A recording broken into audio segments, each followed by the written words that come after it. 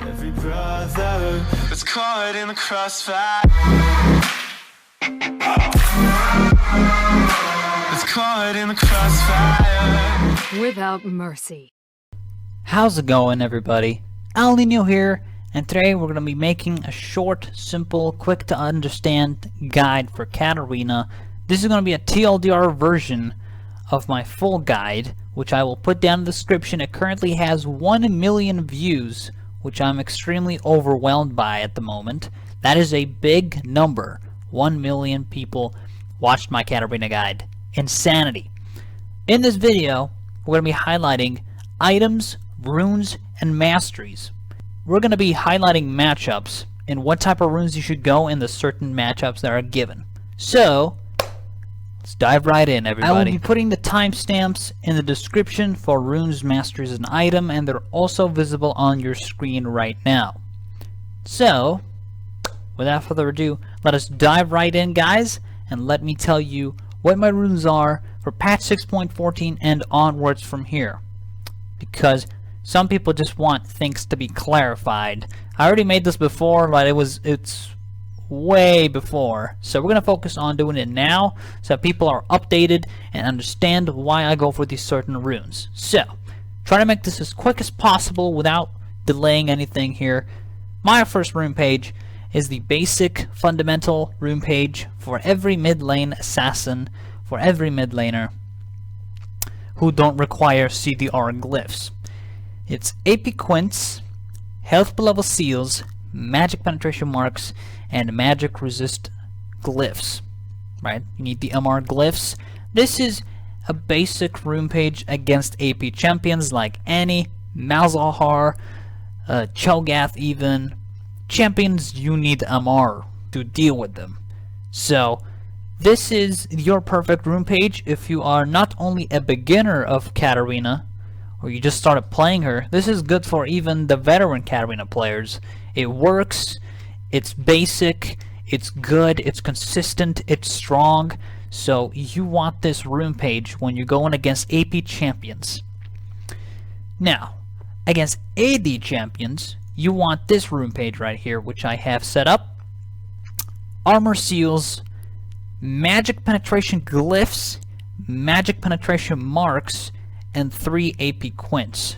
You might be wondering, Alninio, why do you go magic pen glyphs and not AP glyphs or something like that, right? Like AP scaling glyphs or flat AP glyphs. Why magic pen glyphs? Magic pen glyphs is the most consistent thing on Katarina. Magic penetration works it does a great amount of work early game and onwards to the mid game and late game. It comes together in the end.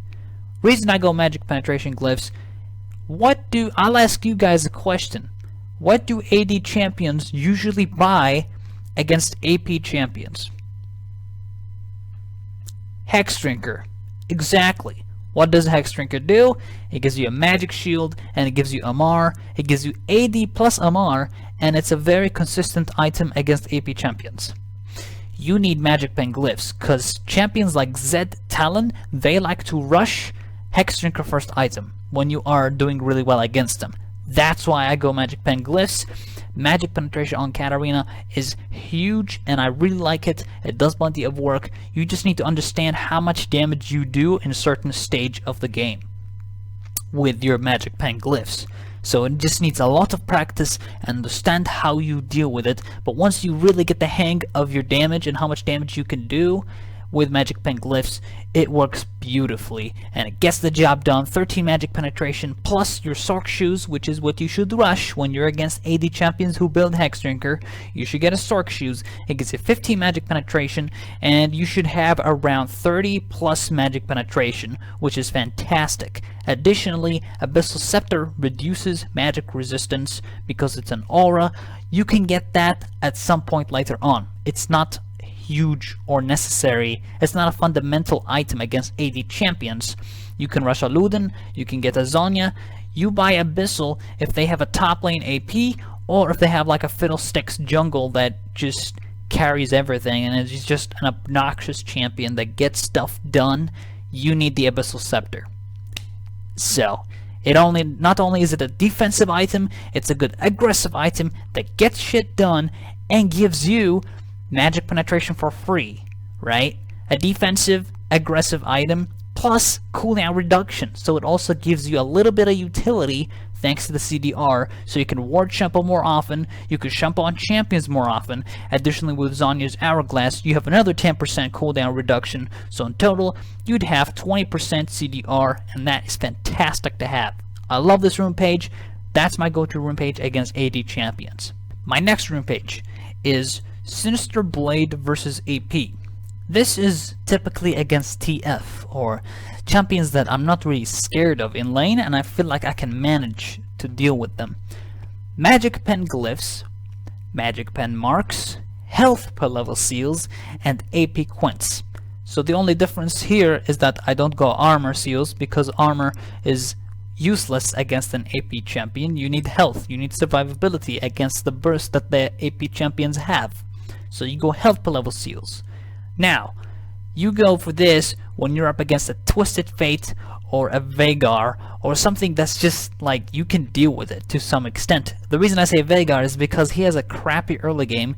Veigar needs stacks, and that's how Veigar gets strong. He needs stacks. He needs to queue to get the farm and get stacks, get strong, and then he's like, oh, now I have damage. Now I can deal with Katarina. Yeah, you want to make sure you kick his ass and punish him as much as you can early when he misses certain abilities. Now, keep in mind, winning a matchup is completely mechanical. It's not the rune's fault if you lose a matchup. It's your mistake, it's your fault, and you need to understand what you're doing wrong and what you're doing right. That's how you beat champions with this rune page, is practice and understanding what you can and can't do in a certain scenario. This rune page works beautifully. Alright, so that's that for Katarina's runes. Now we move on to masteries. Quick, short explanation for every single mastery and why I go for it. Self-explanatory things, I will not go in detail. 2.12% increased ability damage because you need it.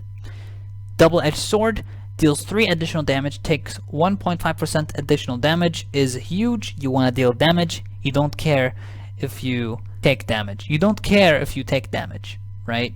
You're an assassin, you're supposed to deal damage. This works. This is for sustain. I don't like sustain. I don't prioritize laning phase. I prioritize mid-game late fights. That's what I prioritize, and I also focus on roaming a lot, as much as I can when I push my lane. That's what I do. So I don't focus on lane. So I don't need feast. Next one is very obvious. You need the AP damage. You don't need lifesteal and spell vamp. Not gonna go in detail here. Bounty Hunter, you do 1% increased damage for each unique enemy champion you have killed. Very important. If you kill all 5 people, you have 5% increased damage total. So for every unique enemy champion killed, which is amazing. This also is, since Katarina, all she does is put out damage to the team. She doesn't give CC. She doesn't give utility. She doesn't give anything else besides damage. So what you do is put out the damage and kill people. That's what Katarina's good at. She's good at killing. So you go Bounty Hunter. Next up, Savagery or Wonder. I like to go Wonder because I favor mobility more than anything else. I buy Luden, I buy Soak Shoes, and I buy the Wanderer. A lot of people might be thinking, Alninio, you used to go movement speed quints way back, so why don't you go for that now? That's because Luden Echo's movement speed has been buffed from 7% to 10% way back, like maybe like last year or something that happened, or sometime in the beginning of season 6. They made that change, so I started buying Luden's Echo with the 10% movement speed. I've always bought Luden's Echo. It's my favorite item, and this really helps you to roam better, and you're just all over the place, all over the map. Plus, Air Dragon has been buffed, and it gives you more movement speed in patch 6.14, so you get extra movement speed out of combat. Like, how can that not be awesome? You're so mobile, you're so fast, you're so good at chasing, escaping, gap closing. You're so good at everything when it comes to that. So that's why I really want to emphasize why Wanderer is such a good mastery. You need this mastery, man. Savagery, yes, you less hit, big deal. Practice last hitting without savagery, and focus on roaming, which is your essential power, is roaming. That's why you need Wander. Next up is Assassin, so self-explanatory. Because it's called Assassin, and you are an Assassin champion, you want to deal increased damage to champions when no allies are nearby. So if you're 1v1ing, hell, even 1v5ing, you just go 1v5 and jump in, you can actually get shit done. That's the power of Katarina. You can 1v5, if you're strong enough, you can actually do that. You just have to pay a lot of attention to many other things. It's not that easy as I put it. Merciless deals 5% increased damage to champions below 40% HP. Very self-explanatory. You need to deal damage when they're low to guarantee passive resets. Next up, Dangerous Game. Champions and kills, they restore your mana and your health, like the missing part of your health and mana. Very self-explanatory. You're a killer, you get shit done, you get health and mana back. The mana part, but the health part, you know, because Katarina doesn't have mana. Health part is nice. Very simple explanatory here as well. Precision, you get Magic Pen and Armor Pen. Why not? Sure thing. You don't need this badly. You could do a lot better with Magic Penetration and buff your Magic Penetration strength, because Katarina is very good with Magic Pen. And then finally Thunderlord, the most essential keystone for Katarina. I don't like Deathfire Touch. I like Thunderlord. Thunderlord's better.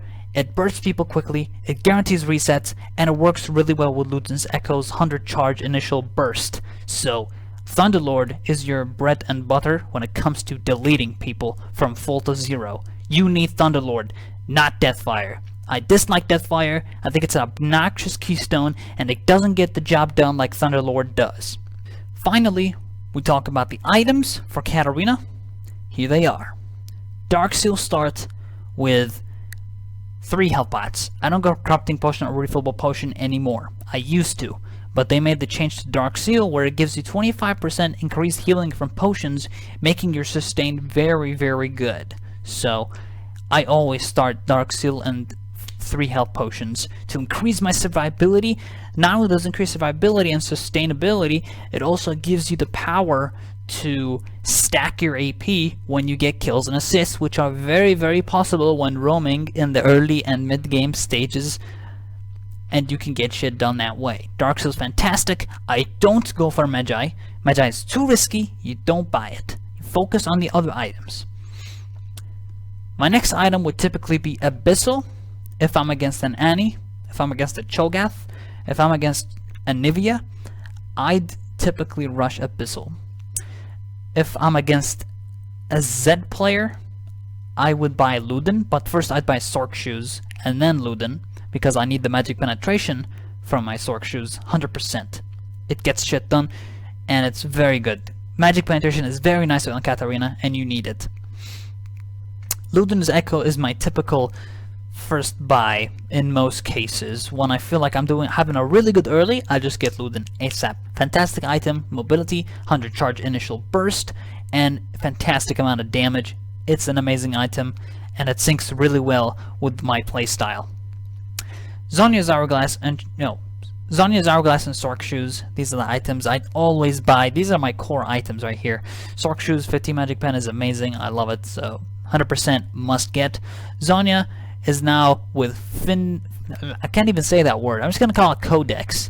It gives you CDR and it gives you AP. It gets shit done. It has the most amazing active that you can ever hope for on a Katarina. You need Zhonya's Hourglass. It's a perfect active, and it's cheaper. It's a lot cheaper than it used to be, so this item is fantastic. Get Zhonya. Next up, Void Staff, because it gives you percentage of Magic Penetration, and it's very, very good at late game. So you need that when the enemy starts stacking a lot of magic resistance. Very self-explanatory, you need this late game. Rabadon you get after finishing Void Staff, or you can get it even earlier if you don't need Void Staff, or if they don't have much magic resistance, you get Rab. Rab is a fantastic item, it gets shit done, and it gives you increased AP. So increased AP, it means more damage, so go for it. Your last item will be Guardian Angel, because it gives you that passive that is amazing. This passive is one of the best passives you can want on Katarina. it revives you back to life, giving you more reset opportunities. Why would you not want that? That is the best late game item on Katarina, period. Hands down, period, the best late game item on Katarina. You can get to Ryla if you want. Ryla is a fantastic item, gives you HP, gives you damage, and it's a recipe for needlessly large rod. So you can go for that if you'd like. I personally don't like it. Landry is good when they have all tanks and you can't kill anyone. You can't burst their ADC even. You get a Leandry. Or if their tanks are carrying the game, which should not really happen, but some games you have that like sense of helplessness where you can't burst anyone. You typically want to get a Leandry to at least have some source of damage, you know, have some source of magic penetration based on a percentage of enemies' current health, which is fantastic to have late game. Lichbane is the item you want to get if you're trying to, you know, get behind that Nexus as the enemy's pushing, you know, just proc that Sheen, bam, bam, bam, victory, hey, Katarina, she won us the game, you know. Lichbane gives you that Sheen proc, it's amazing. It also gives you mobility. You typically want to sell this, you sell it and you buy it, like you sell Sork Shoes, sorry, you sell Sork Shoes and you buy Lichbane, so you have that mobility still, but you will lack the magic penetration that Sork Shoes gives you, but you still have a Void Staff late game. So this is in a certain like situational item where you really need it and you need to finish off the Nexus. Rest is pink wards, health pots, these are the typical stuff. That is it, everybody. That is it for the Katarina runes, masteries, and items. I hope you guys learned from this. If you guys want to see more in depth on this, you can check my guide down below. I'm very overwhelmed with the 1 million views at the moment. It's kind of crazy, but I'm happy. I'm happy that people look at my guide and learn from it. My scroll bar on my Katarina guide is literally this small, so you just keep scrolling down, and man, it's fucking huge. So I spent a lot of time on that. If you guys want to check it out for yourselves. Thank you guys so much for watching today's video. I hope you guys learned from this. And I hope y'all have a great night, or a great morning, or a great afternoon, or wherever the hell you're from. Whatever the hell time is that you're at, you have a good one. I'll see you guys later. Violence solves everything, and peace out.